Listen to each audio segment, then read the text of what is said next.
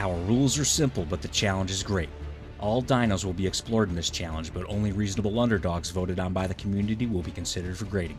Equipped with official server cap saddles, our 19 contenders will be backed by the commanding presence of a loyal Uranus providing that extra boost. All competitors will go into battle with food to provide a healing effect. Herbivores will have plenty of sweet veggie cakes, and carnivores and omnivores will have cooked meat. It's important to note that tames in this series aren't typically used during boss battles because of the amount of mutations you need to make them competitive. But all dinos competing will have around 23,000 health and 1200% melee. This will give them all a fair shot at defeating at least one of the Guardians. It won't always be feasible to reach these stats depending on the dinos I'm using, but I'll let you know the amount of mutations and levels it took in order to reach it. All competitors start out with 50 base health and melee and 40 points in everything else before I apply mutations and experience levels. You can decide on your own servers if the juice is worth the squeeze. Competitors are required to fight the megapithecus, broodmother, then dragon on all difficulties, starting with gamma, then beta, finishing with alpha. Their success will be annotated on this scorecard with a pass or fail system. Clearing all the bosses earns them a gold boom medal. Silver is awarded for clearing beta, bronze is for clearing gamma, and the chunk of shit is for an unworthy performance. Once all expansion creatures are finished, the gold medal winners will test their strength against the overseer for the finale. Now let's introduce our competitor and see if they have what it takes. Managarmr. This chilly willy crackhead can be found in the Arctic regions on extinction. They're aggressive as hell and will fight anything and everything in one of the most uncoordinated and ridiculous displays of combat you'll ever see. Loved by some, hated by a lot, these turbocharged psychos make exceptional travel mounts and have a devastating freeze attack that allows it to take on creatures much stronger than you would think. The stats required for this competition were achieved with 20 mutations and 70 experience levels. 0 mutations and 30 levels went in health, and 20 mutations and 40 levels went in melee. Now let's see if they have what it takes. Green portal time means gamma time, and the Managarmrs are ready to dart into the gamma megapithecus arena and free some apes. So, the most important thing to point out when using these guys is when you enter a boss arena or leave a boss arena, your manas are going to leap far away, and sometimes they're going to go under the mesh.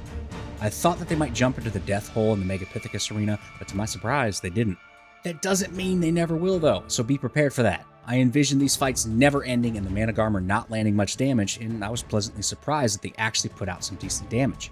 I imagine if they spent less time jumping all over the damn place that they would probably be pretty badass in these fights. Or maybe they already are. I guess we're gonna see, because the first boss is down, and that's an easy pass. The Gamma Broodmother is up next, and to my surprise, they block her really well.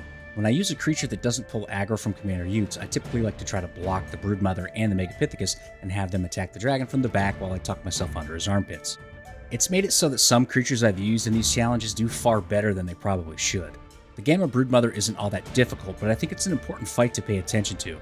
The fact that the Under Crackheads can block her movement means we have the potential to go all the way if they can do the same with Beta Broods. The only thing you really have to worry about at that point is the fire from the dragon, which we're about to go check out, because the Gamma Broodmother is put into the dirt and the Under Crackheads earn another pass. The Gamma Dragon is up next, and you can beat the dragon on all stages using a lot of creatures in the game based off maneuvering alone. If the dragon aggroes you instead of the dinos, then you can literally position yourself under his chest sideways and avoid all the fire attacks, and even the bite if you get in there nice and deep like. Your dinos can be positioned to the rear and around the toes to deal damage without being hurt. You can't do this with larger creatures, and you sure as hell can't do this with toddlers that were blasting rails of white-hot lightning off a mirror, which is basically what these guys are. You can't position them anywhere, and you can't turn off the crazy jumping, so we'll just have to hope for the best while minimizing damage that Commander Utes takes. For now, that's a pass for the manas and a full clear of the Gamma stage. Blue portal time means beta time, and the Beta Megapithecus is up next. Blocking the Beta and Alpha Megapithecus is a tall order, because their movement speed and knockback is pretty ridiculous. The manas do a pretty good job at it, but they're not immune to being slapped around by the big man, and sometimes they just leap away for no reason. One of the biggest dangers in these later stages is actually the ads. Nothing aggroes the manas, and in the beta and especially alpha stages, the monkey mafia that accompanies the Megapithecus can actually put a hurting on you. The Under Crackheads do a better than expected job at holding down the Beta Megapithecus, and best of all, not a single one of them accidentally leaped into the abyss or glitched out of the barrier. The Beta Megapithecus goes down, that's another easy pass. The Beta Broodmother is up next, and I've said it before and I'll say it again. This bitch is a good test for your army. If you're hesitant about taking on the Alpha bosses, take on the Beta Broodmother. You could take on the Alpha Megapithecus, but that's not going to tell you if you're ready for the Alpha Broods or the Dragon. The Beta Broodmother, on the other hand, is a pretty good benchmark. She's tough, she's fast, and she's got a sweet ass. Don't tell her older sister I said that. I had my fingers crossed going into this fight, and my wish was granted. The Managarmr can block the Beta Broodmother with no issues, for the most part. I love it when you can block the broodmother. I'm telling you, she does an unreal amount of damage in the alpha stage, and if you can block the beta broods, then you can block the alpha broods. It's game on, baby. Beta broods goes down, that's another pass. The beta dragon is up next, and I'd be lying if I said I was confident. Remember, the stats we are using in this competition are stats that I chose because it's what I'm comfortable reaching before attempting the bosses with Rexes with Xenos. You can beat the bosses with these stats using weaker creatures if you take advantage of certain things. The dragon is beatable by weaker creatures if you have the primary aggro from the dragon, and your creatures haven't butt-chugged a mountain of Adderall dissolved in a barrel of Red Bull. The key with this fight is to either not get caught on fire or deal damage fast enough to where the fire isn't a problem. Unfortunately for the Managarmr, they can't do either. Commander Utes is eventually burned to death, as is his destiny, and I hop over to Crackback and see how well the Ice Blast works.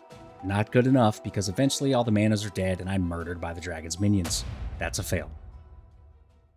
Red portal time means alpha time, and we're overdue for a megapithecus rhyme. Into the snow we go with the dragon puppy swarm. They leap into the fray like a crackhead ice storm. With fists chucking boulders and rage in his chest, the 8 pounds the ground and roars, come face the best. Bitch, please, scream the crackheads, bouncing off the cliffs without a care. They dash, they flip, they zoom through the air.